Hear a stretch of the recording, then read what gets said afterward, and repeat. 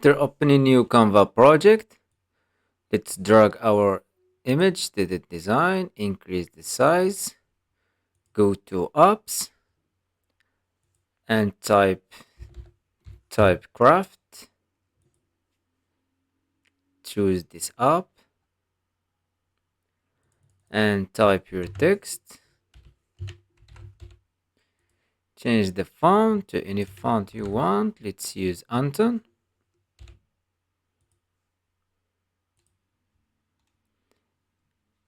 And change the color as well. Choose a black color. And start to shape the text as you want.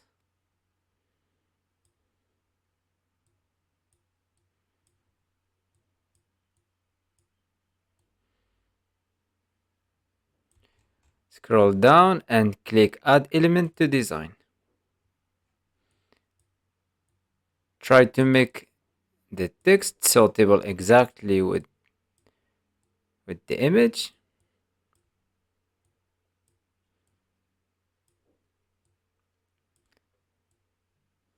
And click Update Element.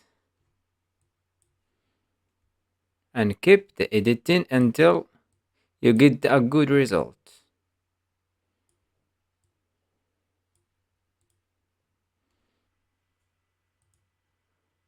And now click on the image and click Remove Background. Go to Edit, Tone, Custom, and change the color to black. And try to crop it from the left side. Duplicate. Crop it on the right side as well, like this. And download this image.